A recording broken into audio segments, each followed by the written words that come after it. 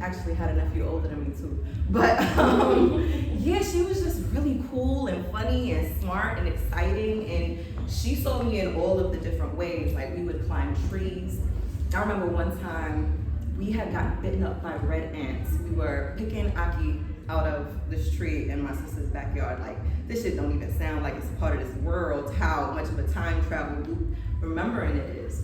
And my sister was just like, you guys are too dirty to walk in my house. And so we had to take a shower in what is comparable to like an outhouse. My sister came with a bucket of water. There was like a little spigot type of situation that she could refill it. She had 2 bottles of Dettol, which is like one of the most caustic antiseptics you could rub on your skin. And I still remember the commercial. It was, every day we kill millions of germs with Dettol. And man, I was just like, damn, I know I'm in trouble, but it was like a different type of trouble. Because, you know, when I was in New York or in Brooklyn, it was like I wasn't allowed to go on the street. I wasn't allowed to have sleepovers. I wasn't allowed to have any type of fun because America was dangerous. So this was like, whatever, I'll take a shower outside. That didn't sound like punishment to me. So much fun was happening on this trip that I didn't recognize that I had amassed maybe like 36 mosquito bites. And I don't know if you know about mosquitoes, but there's a bunch of different strains. And so you may have bites over here in the States and you're good. You go to another country, that's a different type of mosquito, and you might have an allergic reaction. So this started to happen to me. I came down with fever. I was breaking out in hives. It was like I could barely sit or lay down because everywhere was filled with wounds and it was just gross. Renee was still able to make me laugh during this time. I remember we were on the way to the clinic and it was just like, I could easily be having a time of my life. Like, I don't feel sick, I don't feel ill. Like, I see the fact that I'm scratching through my wounds till, you know, skin is breaking, but she's just making it special. And we got a prescription for some creams, for some oral medicine, all sorts of things. And I kind of thought my vacation was gonna be over. I still had a week left, but it wasn't. She gave me these oatmeal baths. I'm talking about love. She would like rub me down with the pink lotion, all of this type of shit. And I was just like, oh my God, like, you're not abandoning me? And this was like one of the first lessons I knew in what real love should feel like and what just intimacy should feel like. And I still look for that in every relationship I have. So as you explore your relationships and go to these weddings and celebrate pride and anniversaries and, you know, make out, just really reflect on, will they be there for you when you're sick and your hair sweats out and you need somebody to lotion that part of your back that no one else can reach? So clap it up for love, clap it up for love, clap it up for pride. Thank you. So, like I said, this is a show full of storytellers and comedians, and I'm very excited to bring up this next artist. I met her about a year ago in another storytelling space, and we forgot the connection. Our numbers were saved in each other's phones, and it didn't even ring until this moment. And things are like kismet like that. So I'm very excited to bring up Valerie. Valerie Walker to the stage. Clap it up for her.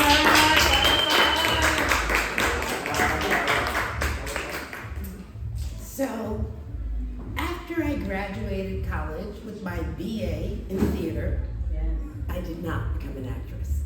What I became was a professional lesbian. Really, it literally said lesbian in my job title. And then I met Cheryl. We met at a mutual friend's birthday gathering. There was about 12 to 14 lesbians gathered in this restaurant, and immediately she and I had chemistry. Even though we sat opposite ends of the banquet table, I was able to catch her references and add to them, and I come from a theater and improv background, so I was like, yes, and, you know, and so we were just having a Venus and a Serena Williams smackdown of humorous anecdotes. We kept the whole room in our sway. And then when it was over, she came over and introduced herself to me, and she said that she was a filmmaker, she had a new project, and did I want to play the part of her best friend? And at the time, anytime anybody asked me something, I considered, how many times have I been asked this before? Nobody's ever asked me to be in a movie before, so I said yes. So she sent me the script, and she sent me the shooting schedule, and I took about 2 weeks off from being a professional diet, and I packed my bags and went to Philly to shoot the film. Now, this was an independent movie, and so that means it was on the cheap. So my housing was a spare room and a friend of somebody who was on the movie. The shooting schedule was 11 p.m. to 5 a.m. because location fees are cheapest. And the costume designer relapsed on heroin and went back to rehab before the movie even started. And so my wardrobe consisted of a pair of overalls. But I didn't care, it was my first movie, I was super excited, so I showed up that first day in my overalls with my eyebrows plucked for the very first time on my mark. And when they said action, I said my first line, and then I heard cut. And I looked at the camera, like, what's up? And out from the side of it pops the head of another black lesbian, and she says, what are you doing? I said, saying my first line. Who are you talking to? Cheryl, that's right there. And then she motioned with her hand for me to come to where she was at the camera. So I walked over, mortified. And she said, do you see this? And she pointed to the monitor that the camera person looks through to see the action. And it's a rectangle about 1 inch by 2 inches, or 2 inches by 3 inches. It's super tiny. And she said, you're gonna have to figure out a way to take all this, and she gestured from my head to my feet, and make it fit in there. We cool? We good? We good? Take your mark. I walked back to my mark, but honey, we not cool and we not good, because what the hell do you mean? How do I take all of this and fit it into there? And so that began a process of every day me trying a new strategy to fit in. One day, I decided the way to fit in is to go slow. So every scene that we finished, I was like, to the camera person, like, did I do it? Did I fit in? And most times she made a rectangle, and then she made it even smaller. So I had more shrinking to do. It was a hard shoot. It was a long shoot. And when I returned back to New York, I was defeated and depleted. I had no idea how they were gonna make a movie out of the crazy things that they filmed, but they worked their magic and they made a thoroughly watchable film. It did really well in the film festival circuit. It got picked up for distribution, and it was even discussed on the floor of Congress because they had said that Cheryl used her National Endowment of the Arts grant monies to make a porn movie. That's how sexy the sex scenes were.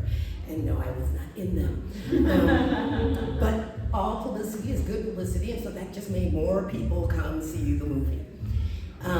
It did so well that it comes out every year at Pride. It just was recently on Turner Classic Movies, which for me felt like I really made it. You know what I'm saying? But it wasn't a positive thing, experientially for me. And then I discovered and fell in love with storytelling. And I was at a storytelling show with 3 other African American performers, 2 singer-songwriters, and 1 poet. At the end of the show, well, the theme of the show was Sankofa, which is an African term that means go back and get it. It really means reflect on your past, take the things from it that you want to carry into your future, okay? It was a powerful evening, it was a vulnerable evening. It was really good. And at the end, there was a Q&A, question and answer piece, and they asked the question, what were some of your influences? And the first person to answer is this astoundingly talented musician and a singer-songwriter. And while she was answering, I'm not gonna lie, I started drifting because I was trying to figure out what I was gonna say when they got to me.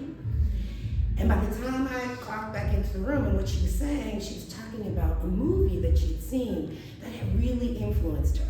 It had shown her how to be queer and bring her art into that. So I sat forward a little bit because I wanted to know the name of the movie, because if I hadn't seen it, I certainly wanted to watch it. And then she said the name of the movie that I had been in, and said that she was honored to be sharing the stage with one of the actors from the film, and I was blown away because she wasn't really talking to me, she was talking to the younger version of me that had done that film, and it felt like such a failure, that had taken a risk to do something new and thought they had really fucked it up. And the fact that this incredible artist whose name you're gonna know and whose songs you were going to sing one day, Trust, found value in that, really turned it around and made it feel like the whole journey was worth it. But the thing that I carried away from that was most important, has lasted with me till this day, is never try to fit in. Find where you fit.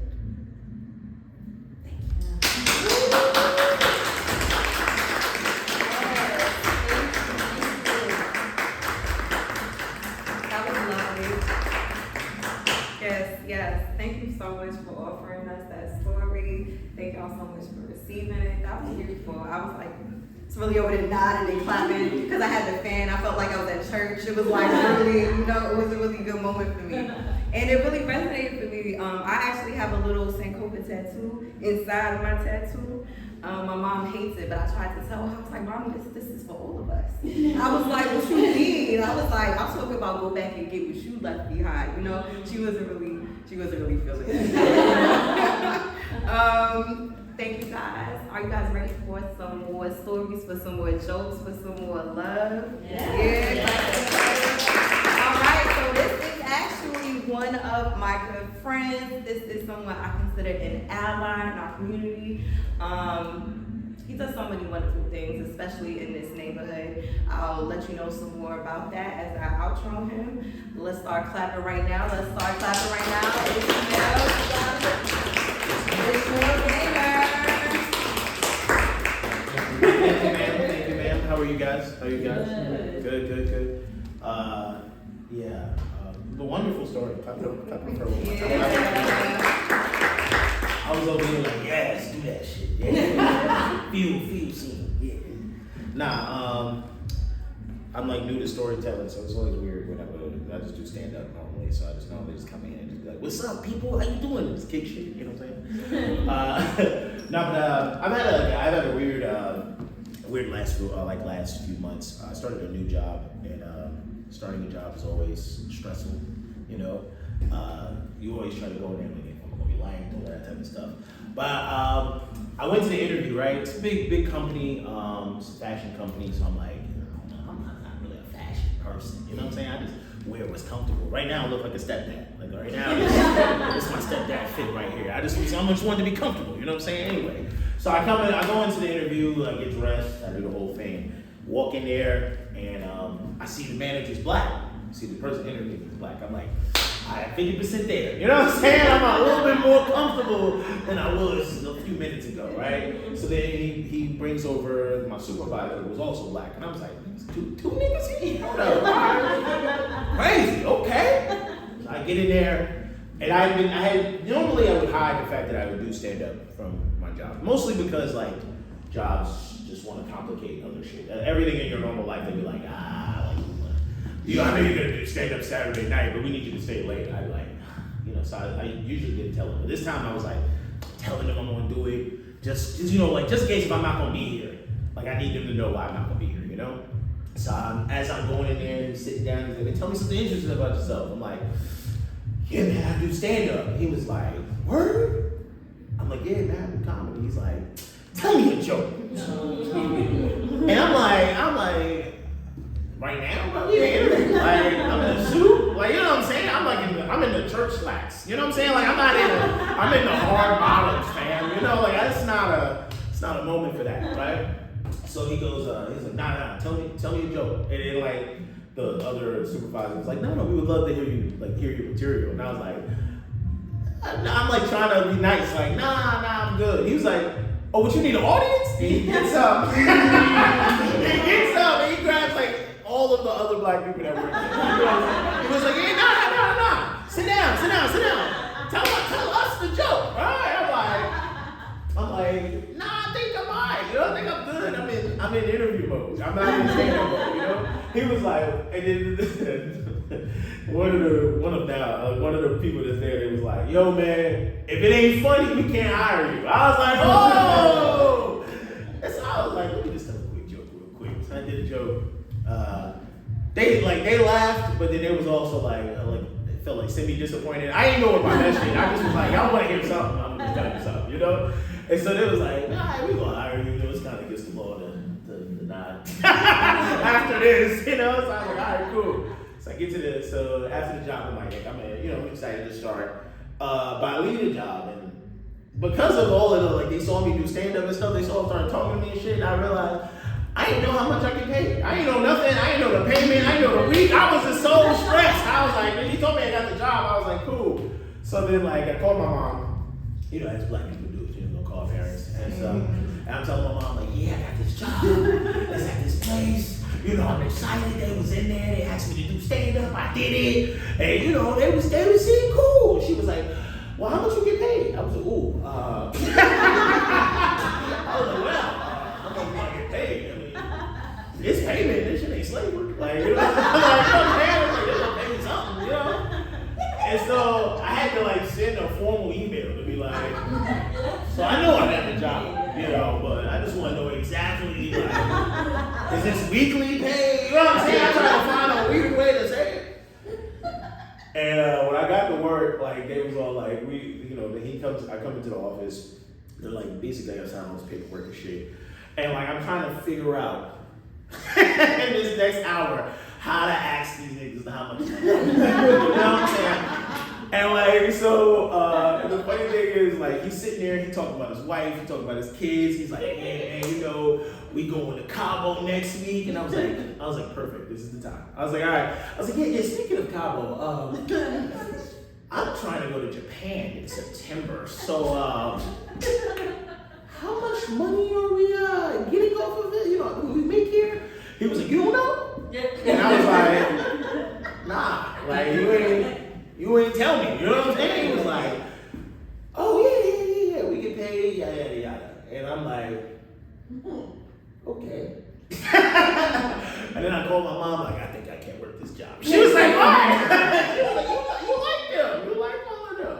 And I was like, yeah, nah. This weekly pay was the only great thing. I was like, but nah. And then, as I was about to walk out, the other black dude who is now my supervisor, he walks over. He's like, you, I'm gonna see you on Thursday, right? I was like, yeah. And he was like, and then he started talking to me. He was like, nah, man, you just gotta go through the first, you gotta go through the 30 days. After the 30 days, man, they give you like a bonus check for the 30 days. And I was like, a bonus check? Okay. And so it was like, yeah, man, it's a $10,000 bonus check. I was like, man, you can't tell me I'm getting 10 grand on the first. You know what I'm saying? So I stayed at this job. I didn't know how to handle it, but that was my story.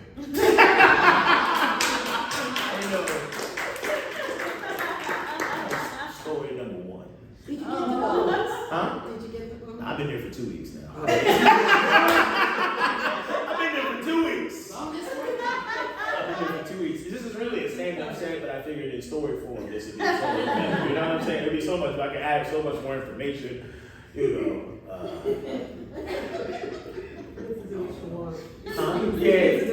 Yeah. Okay. My mom is moving to Japan, which is cool, you know. The thing is, you look very concerned. She's gonna be alright. She's gonna be alright. They paying her to move to Japan for 6 months. So it's not like she was just like, I'm tired of you niggas. Nah. So she goes to me. So we're like, the way she tell me though, I hate the way she told me. You know, because like we was like eating food. You know, it was around Thanksgiving. So she goes like, yeah, you know, I got something to tell you, and I'm like, okay, Mom, yeah. Like, I'm cooking, so I'm like making big ziti and shit. That's my meal. If anybody, got $50, I'll make it for you. Not 50 outrageous. I feel 50 a little outrageous. Anyway, I ain't know what to say in that moment. Anyway, look, so I'm making it, and my mom was like, yeah, She's like, you can sit down for a second? I'm like, I mean, I didn't call her a bitch, but I was like, in my head, like, bitch, what you mean? Sit down, I'm cooking. What do you mean? Like, so I'm like, what's happening? Like, I'm thinking like the worst shit, like she got cancer or like, you know, something somebody died. I'm like, you know, she's like, yeah, the job offered me to be in Japan for a year, and I'm like, okay. She's like, yeah, I'm gonna be here for 6 months, so like I gotta move to Japan. And I'm like, so why do I have to sit down? Like, you could have told me this while I was cooking, bro. Like, and she's like, yeah, no, like I just wanted you to know, like, but I know you just got your job, but like, I know you just got this job, so like, can you go there for the first 2 weeks with me? And so I was like, so you mean to tell me niggas is going to Japan, fam? Like, I was excited, right? And then I don't know if you ever realized like you ain't never really traveled with your mother before. Like I traveled with I have a big family, so like it's 9 of us, children wise. And then I have 2, adults and my grandmother, I have 2 parents. It's weird to explain the family dynamics. I have 2 parents, nigga, in general. So my mother and father have been divorced for like years, you know? So like, I knew that wasn't gonna be a case. So she's like, yeah, but if I bring Tanisha's gonna want to dictate the whole trip. If I bring EJ, it's my oldest brother, she's like, EJ ain't shit. And like, and if I bring Malik is gonna want to like make sure I take my medicine and this and that. So I'm bringing you. And then like, I was like, well bitch, I'm gonna make sure you take the medicine too. I don't know what you mean. So I'm like, you ain't about to be out here just letting you kill yourself. So I was like, all right, cool. So we're preparing to go to it's in September. So we're preparing to go, and like the thing that makes me the baddest about going on this trip is that like every step of the way I'm like, hey ma, so like you got your you don't need a visa to go, but you have to like get your transportation stuff to take you from the airport to where you have to go. I said, did you get that already? She's like, no, I didn't get that. I'm like, did you go to the doctor already? No, I didn't go to the doctor already. Did you do this already? She's like, no, I didn't do all of this. And I was like, now I feel like I'm the parent. You know what I'm saying? Like, I just feel like now I'm like, she gotta check in with me on everything. You know what I'm saying? She's like, yeah, no, so I bought some ramen the other day. I'm like, go and get the stuff done. And I'm like, what is wrong with you, Bob? Like, we have such a weird dynamic because I've been talking about going to Japan for like the last 5 years, and she's like, yeah, I'm getting paid $5,000 to go, and they're paying me per diem every day. But you know, now I just have you come. I'm like, you ain't shit. The trip, that was the end of that story too, I'm sorry. I didn't really know how to end it. I just wanted to know and share my joy of possibly going to Japan. It sounds like you're definitely going. Oh no, I'm going. Whether or not she go or not. I'm like, now that I took off the time, I'm like, I'm in there. So I'm gonna be in Tokyo chilling. I'm gonna be posted up on the gram. Anyway. Okay, last story. Deandra likes this story, so I'll just tell this one. Me and my family went to Africa recently, and I enjoyed the trip going to Africa. We went to Ghana for the year return. Okay. Yes, we went to Ghana for the year return. It was great because like prior to me going, I always wanted to go to Africa. Like it was like the first, like I'm gonna travel abroad. I'm gonna go there first before I go any other country. I'm gonna go there. So like we getting ready to go to Africa. My mom calls everybody on FaceTime and shit. She's like, everybody get your shit together. We gonna go to Africa. I'm like, cool, alright. And then I started thinking about like all of the shit that they tell you on TV and shit. They're like, man, you're gonna get robbed, you're gonna get kidnapped, you're gonna get this. And then the funny thing is I called my friend at the time and I was like, yeah man, I don't wanna get robbed or kidnapped. I feel like that's that. She was like, nigga, you ugly. You ain't about to get kidnapped. They not kidnapping ugly niggas. So I was like, wow, I never thought about it like that. You know, like, it's the benefit of not being attractive. It's cool. She was like, nah, like, your sisters might get kidnapped. You and your brothers is good. Niggas is not kidnapping you and your brothers. Niggas is good. And so I was sitting there like, damn, like, I was literally thinking there, like, for a second, I was like, yeah, they gonna just rob niggas, son. She was like, nah, y'all niggas broke too. It's like, it's practice, you know? I was like, all right. So we get there, so as she's talking to me, and I was thinking about like all the times that like I would tell people to go to Africa and stuff like that. I'm like, yo, we're gonna go. You know, get people excited, and like people would say the same shit, and then I couldn't reverse it on everybody because it's just mean as fuck. Just say it to random people, just like, if you ugly, we ain't fucking. But so when we go there, I was just felt how ignorant I was going there before I went there. Like I didn't know anything really about the country. I would just tell them I was going to Africa. I didn't even know what country I was going to. I was like, I'm going to Africa, you know?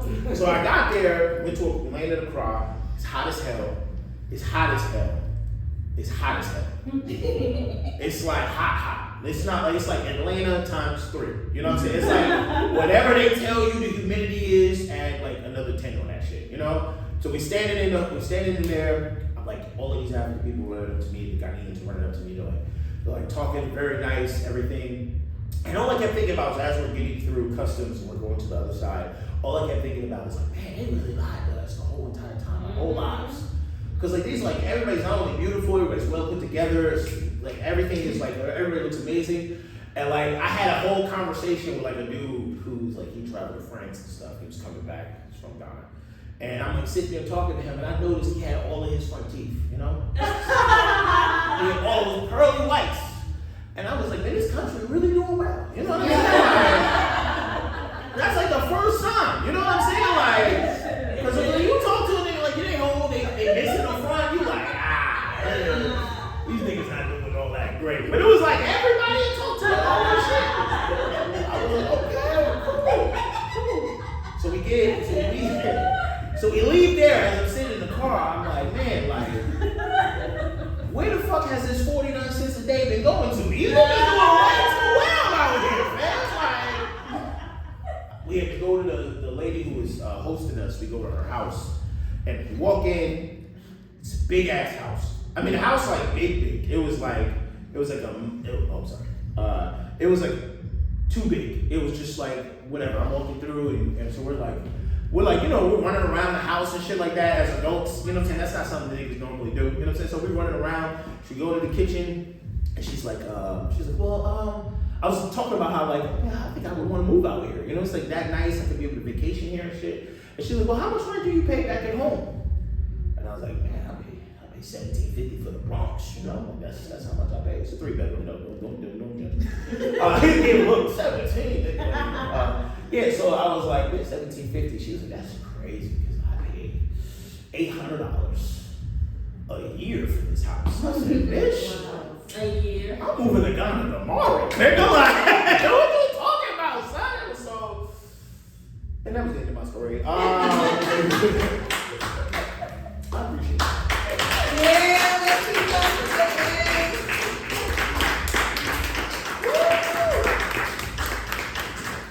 So many loops, so many twists and turns we went on with him. I have ADHD, so somewhere along in the story I started to think about how I noticed Ish takes pictures of food, but he won't post them. And I questioned him about this one time. I'm like, you know, I noticed you do this a lot. And he was like, I want to save them for the times when I don't got it. And I'm like, yo, what? I was like, yo, what do you mean? Like, you want to like osmosis the calories for the food? He's like, nah, I just want to remember I did have it at one point. And I was like, you know what? I fuck with you. I like that. I like that. Anyway, so clap it up for Ish one more time. We got 2 more comments for you tonight. We're bringing up another ally host today. That shimmy was not for y'all. That was for me to adjust, by the way. I love this man. This is a fellow first Jenner. It makes me very excited to see him in these spaces. Please start clapping right now for Derek Gonzalez. So many formal handshakes. It's weird. I know, right? He's Supposed to be dabbing up shorty or something. Hold up, let me. Nah. Wait, we didn't do like the. Nah, you see, but I'm a gentleman. That's why I was like, it's good to be here. I'm happy. There's a piano here, so I feel like I should be playing Ordinary People. Exactly. Do I know how to play? No, but when I try and act like I do, of course. At most, I feel like I can probably play like hot crust buns and make it sound like Ordinary People. You know what I mean? Hot crust buns.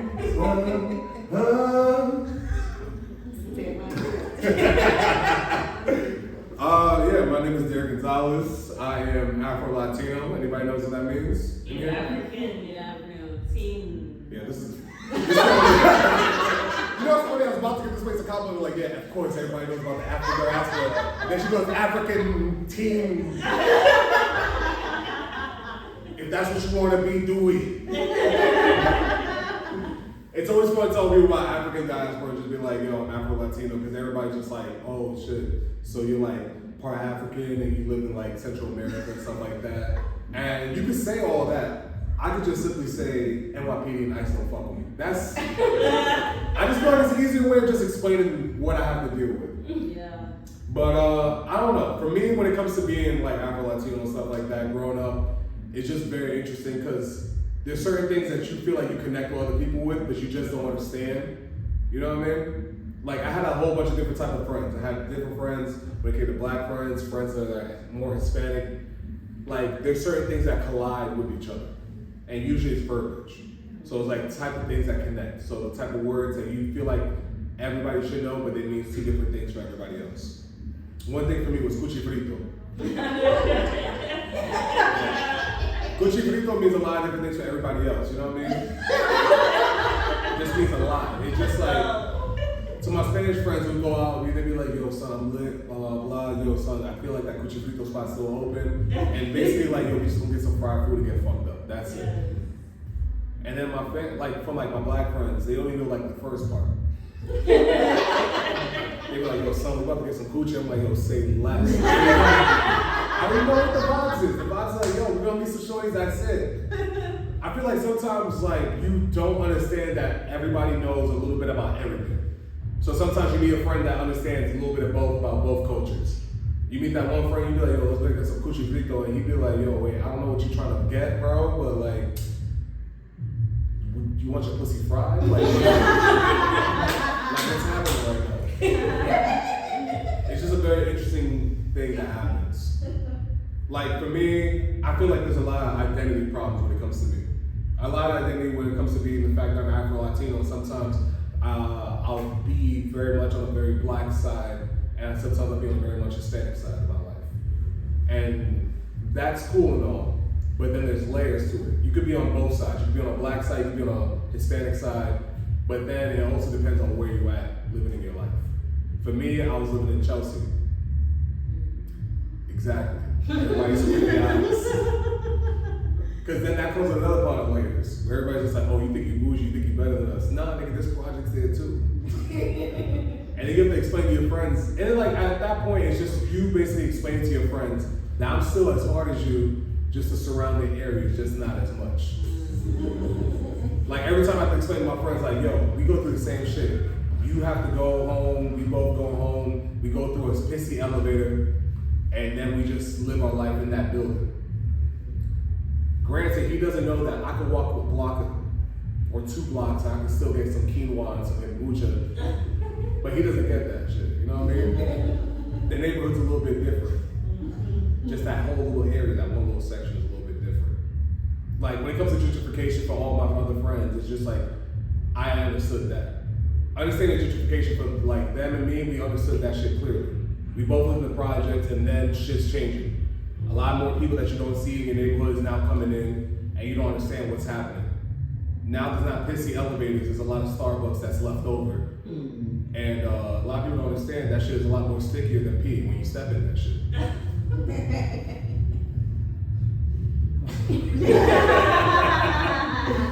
I guess, like, here's the thing. Gentrification hit Chelsea a lot more quicker than it hit the rest of, like, Manhattan. Like, I was stepping in vanilla bean frappes before y'all niggas even knew what the fuck that was. And I was walking around, and I was that nigga that sounded like Velcro was getting ripped apart. But it's a lot different. I don't know. It's just very interesting to me because, like, every time I think about growing up where I'm from, which is just basically Chelsea, Manhattan, a lot of people don't understand that I still had to deal with the same struggle that they had to deal with. And then sometimes they don't appreciate the fact that you have moved on to things that are not as similar now. You know what I mean? So I moved from Chelsea, Manhattan, to I moved to Jersey City. So I moved to Jersey, exactly. That's my dark period. I moved there for a whole year. Yeah. Exactly. There's like, nigga, you could live there for a whole year. It's possible. Would you like it? No. But you would have a good time. My thing is that I was trying to show people I leveled up, but they couldn't understand that the level up was a little bit different. So now I'm living in a building, nice luxury building, but it's still cheap compared to what New York is sometimes. And then they don't understand that it's a little bit better, but it's not as good. You know what I mean? So I'm trying to explain to them like, yo, I got dope ass things. Like I got free Wi-Fi, I got a free gym, I got a white doorman. And they're like, yo, shit, that shit sounds crazy. Where you living at? I'm like, yo, Jersey. Cause you have to listen. You can't just tell them right out front, like, I'm living in Jersey. They're like, nah, I'm not going. You gotta hide in the conversation. You can't just say it every time, you know what I mean?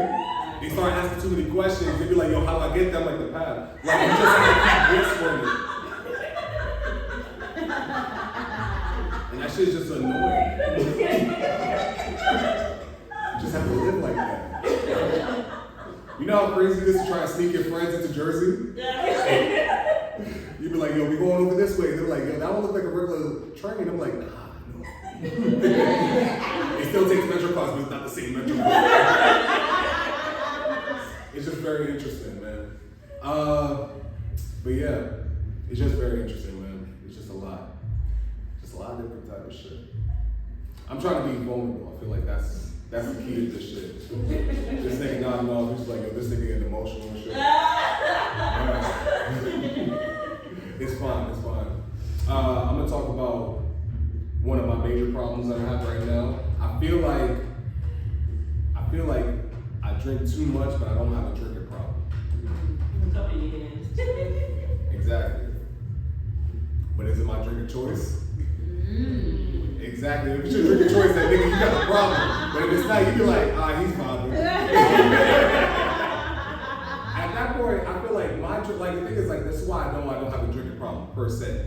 Like, I don't really need to drink all the time. You know what I mean? Like, whenever people drink alone by themselves, I feel like that's when the major problem is. The major problem is when you start drinking alone. I'm not talking about pre-gaming because that's fine. You won't go outside and meet up with some other people. When you start drinking alone and be like, yo, what Netflix got on? That's when it's a problem. Like if I ever have to drink alone, I feel like at most I'll call someone on FaceTime. You feel me? They be like, yo, Derek called me 3 times today. I'd be like, you know it's shot o'clock.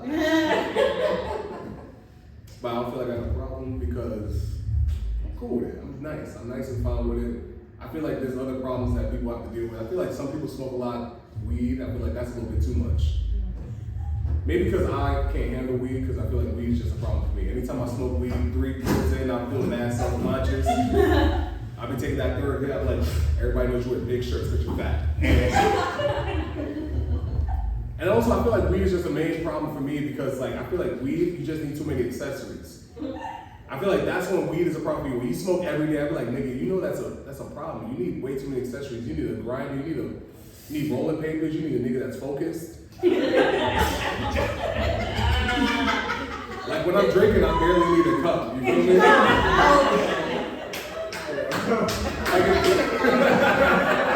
Like if she can't run out of if she got the water bottle right now, but if you got the water bottle right now, I'm like, just say less. But that's my time. I didn't get it out, bro. That was wonderful. Thank you, Derek. Let's get him some support, some resources. This is a place of love and community. I'm sure we have a social worker in the room, someone downstairs that can guide him in the right direction. It's a problem in our community. I don't like it, honestly. It's okay. I just felt away because I smoke. I took a break early to go take a pull, so I was kind of feeling triggered. I'm like, I like my tools. I like my rituals, It's therapeutic for me. I take a moment, I sit down, I paste and I crush in my hand like the old Jamaican lady I was meant to be. It's important. But anyway, thank you guys so much for keeping up with the energy. We have one more Comic People tonight. You have been wonderful. Please continue giving that energy and start clapping right now. Start clapping right now for Blake Johnson.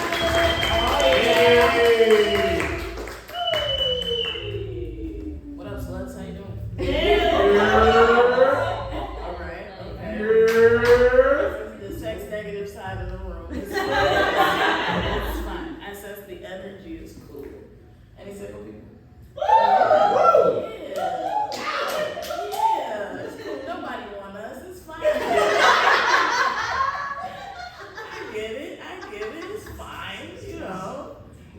it though. Like, you know, like the apps is trash, right? It's a terrible place to be.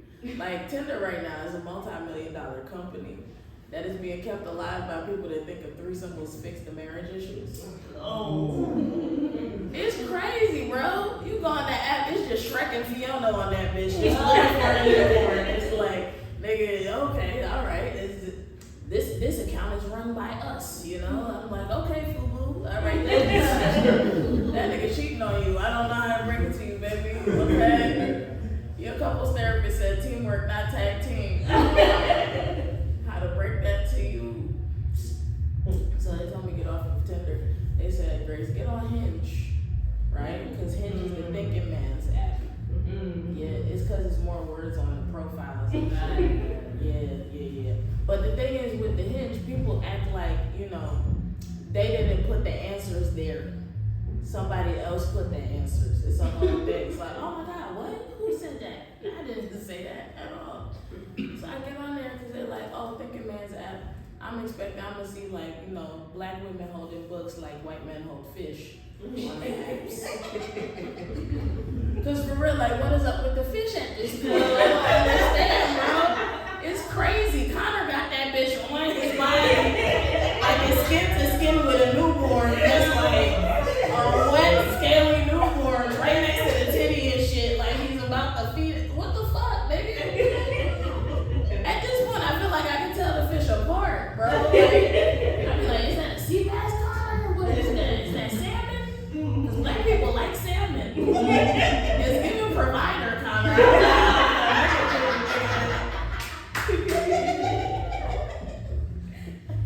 Bro, it's crazy, man. So I'm like, I'm on the app.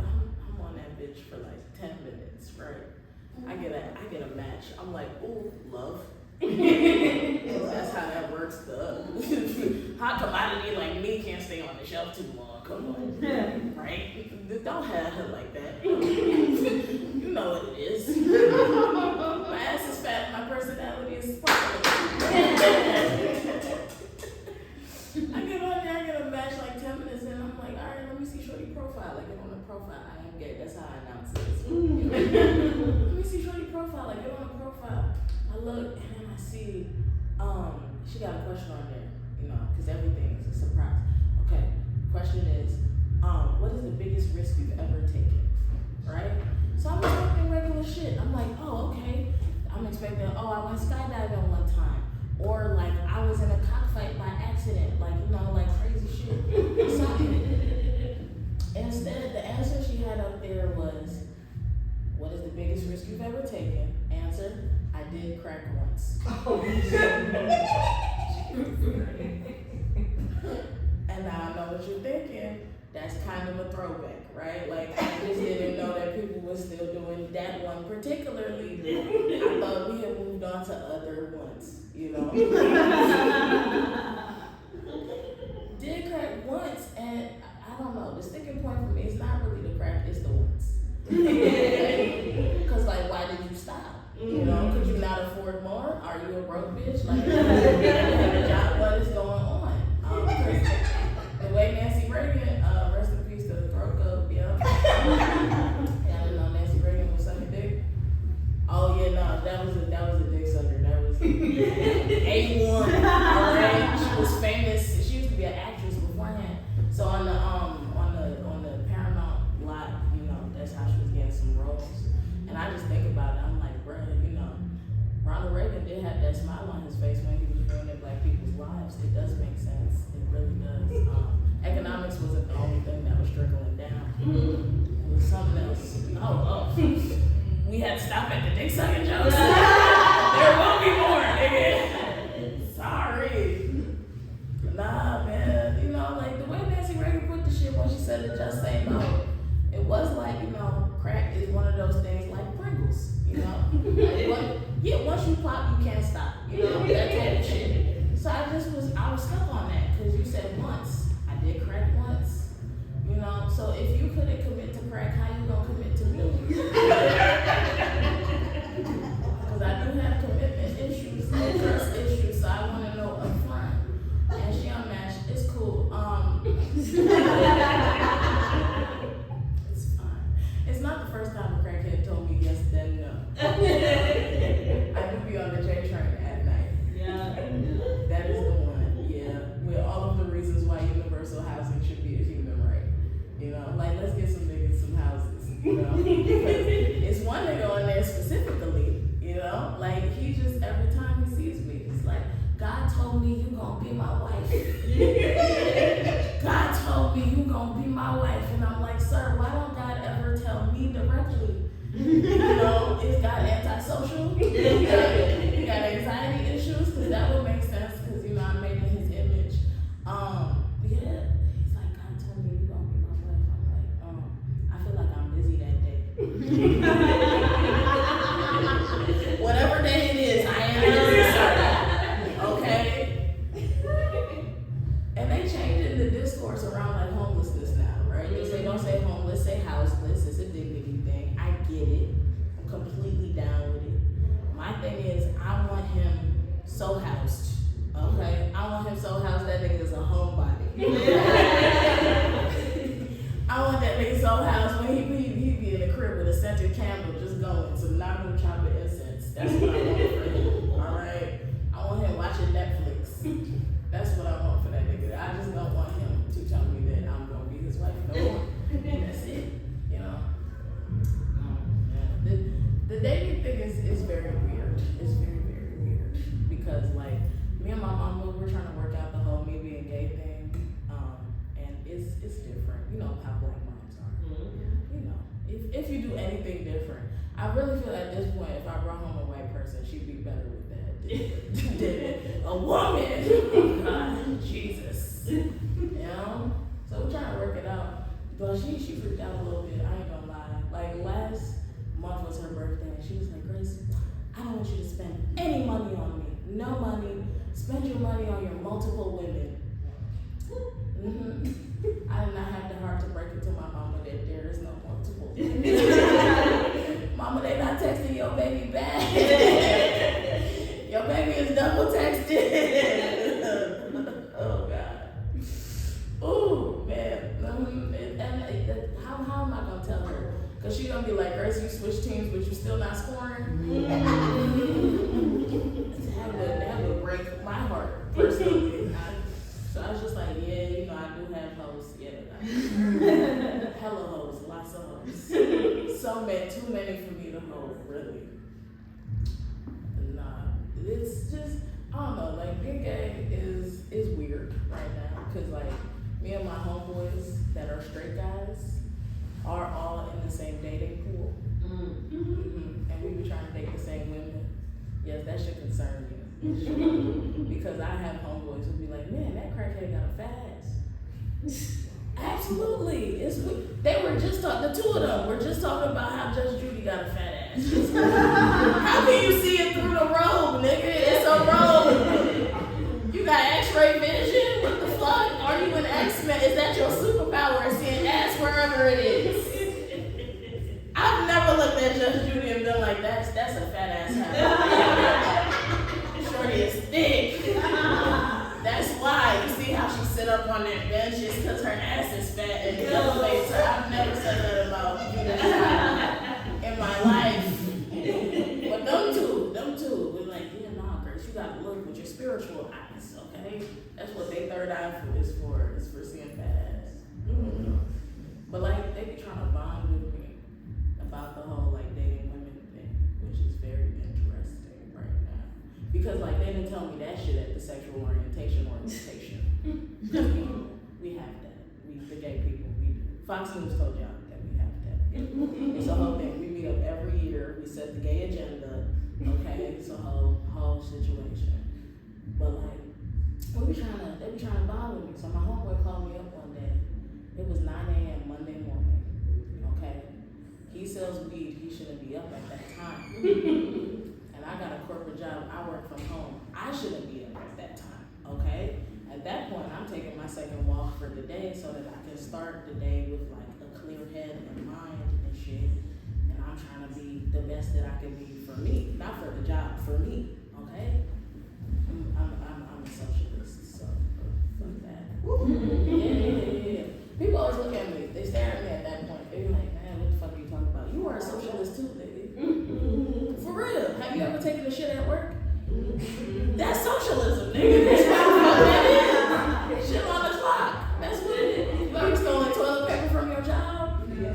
That's communism, nigga. That's what it means. You own a little bit of the company. That's what it is. Let's go. Have you ever applied to another job at your job using your job's Wi-Fi? Of course. That's anarchy, nigga. That's all political, bruh. That's how that shit works.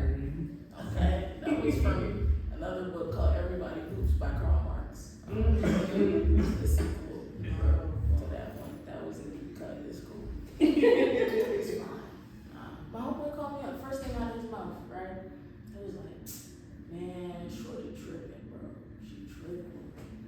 I was like, nigga, it's 9 a.m. What happened? You know, she tried to stab me. No, I'm engaged. I'm here. Because, nigga, what the... You do have a certain stability to you. Like, hate to break it to you. Like, he just has an aura about him. He does shit from time to time. I don't know how to break it to him. It's good. I don't want to fuck him, so I can tell him this. You know? And men do need that feedback sometimes. And he's like, man, she said maybe I got her pregnant. Exactly. I feel like the maybe is doing a lot of work in that sentence. You know, like the maybe is lifting with the knees on that shit. Either you did or you didn't, bro. Like, did you? He's like, ugh, bitches, right? Bitches, bro. Bitches. You trying to bond. I'm like, my nigga, did you forget that I too am bitches? Like, yo soy bitches, nigga. Did you think because I'm gay you call bitches HR? Which we also had, you know, Fox News told you about that too. Yeah. But the thing that stuck for me is that, like, you know, I told you, we in the same dating pool. So when me and that girl had sex, we didn't have that problem. Because I pulled out, obviously. You know, he hung up. It's fine. I said, you're just so upset. I don't know. What else is there? Oh, yeah. We'll talk about more stuff. It's fine. I don't know. So some of you look, how do I say this nicely? Ran through by women. Hold on. See? Hey, wait a minute. No, I would never disparage women. The men, though, I'm sorry. You know, I love them, but, you know, I was going to say by women with crystals.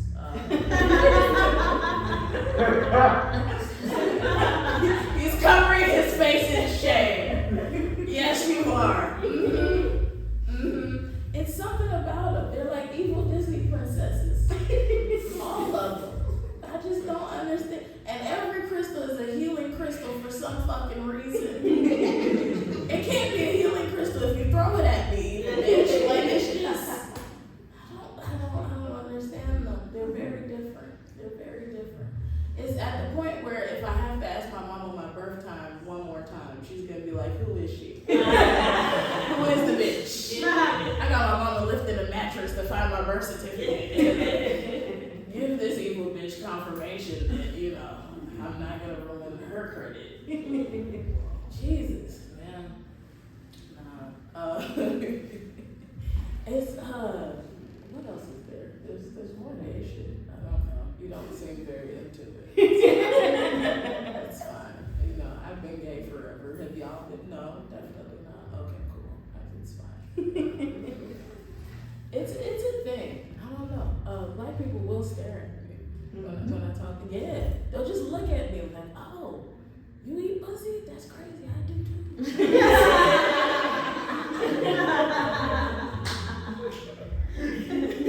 If it's a room of straight women, they'll be like, I do too, but only on the girls' trip tonight. I don't ever want to confirm that one. Whatever happens on the girls' trip stays on the girls' trip. So what? We fought and never spoke again. No, fuck it. We're in Miami, goddammit. That's where pussy eating happens. Which I don't understand, because Miami's just such a humid place. If you're gonna eat pussy, do it in like a colder climate, you know? Jesus. Fan it out. Yeah, it's true. Something. Fan it out. What else? You know the girls, the bad bitches now. They don't do the handheld fans no more. They got It's like that, right? That is wow. Yeah, like a Sigma. Ooh. No, stroll your way into the coochie coolness. That's all I'm saying. What do you think the sundresses are for? Coochie coolness. The people think, the men think it's for them. No, it's hot in there. Okay, they say you got a little hot pocket on you the whole time. A little bit, yeah. It's not at all. Because pants just hold that in. You don't want that. You don't want that. You're both very concerned. It'll just get worse. I promise. Being a New Yorker is very funny. Any New Yorkers in the room? Yeah. Yeah. At this point, you'll be telling people like your favorite childhood memories, and people will be like, "Oh my God, really? Jesus, are you okay?" I'm like, "No, I'm fine." I said it because it was funny. I was talking to somebody about my favorite mugging. Because it's happened multiple times that I have a favorite now. This man walked up to me, and I'm gonna say details of the story, and you gonna know exactly when it happened too. This man walked up to me on 145th and St. Nicholas, and he showed me a knife and was like, "Yo, give me your phone." And I was like, "Fuck, dude, really? Shit." I took the phone, handed it to him, and he was like, "A fucking BlackBerry, man? The fuck is this? You don't have no nigga do it for you? You need a nigga." And I was like, "No, sir, I like work." He was like, "You need to stop that. You need a boyfriend. You need a fucking boyfriend." And I'm like, "No, sir, I'm okay. You need a fucking boyfriend. The bitches your age got an iPhone. God damn." He robbing me talking about bitches your age got an iPhone. It's not, but it's so funny. Because then he handed the phone back to me and was like, "Put your password in." This just made me upset.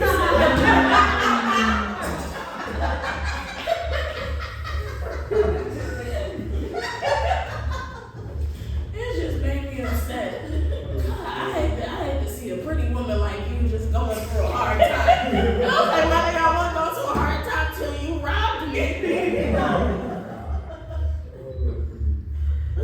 So put your password in. I was like, I put the password in. I was like, "I know now. Put your phone number in. I'll come back, okay? I'll be the real nigga you deserve."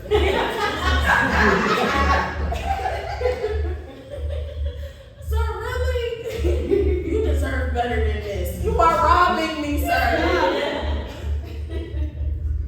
He did walk away with that phone. And then he put long distance calling minutes to St. Lucia on the phone. By the time I got home, the call team over to cut it off. Okay. And it's just crazy. He was calling his baby moms in St. Lucia, because of course I called the number. I didn't know. But he called his baby moms in St. Lucia on my fucking phone. And the nigga was trying to get me to be his girlfriend while robbing me.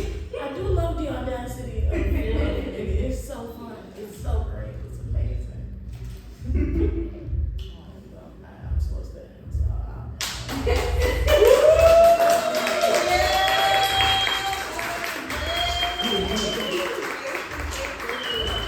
Yes, keep it up, keep it up. Keep it up for praise. Clap it up for all of the comments and artists, and storytellers, and artwork that you've seen tonight. You guys have been so amazing. Thank you for your patience, your flexibility. I hope I see you at another event here. I produce shows all over Brooklyn. Actually, almost every artist that you've seen has a different production. Some in Harlem, some in Brooklyn and Queens. We're all over. So network with your artists before you head out. Take out, what is it? Social medias, the Instagrams, the Twitters, and all of that. Find us. We would love to see you. Before we head out, I was thinking about my favorite robbery story too, because I surely got jumped too. I got robbed. Somebody came into my retail stop at Ricky's, reached over the counter and took my wallet. I watched so many episodes of Law and Order, so I I followed him in a cab after to call the police and found this nigga. I feel so guilty to this day, because I was like, damn, I should have just gave up the wallet. But I really felt like I was a superhero. So let me lament over that with some wine and a split out front. Let's talk about it more stories, more fun. Catch the vendors downstairs if you haven't already. Have a great night, all. Thank you, thank you. Thank you. Y'all look beautiful.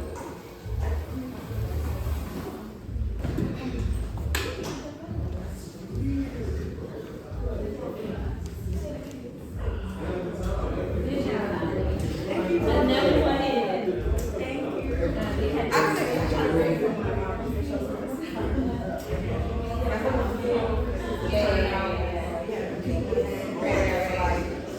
Definitely.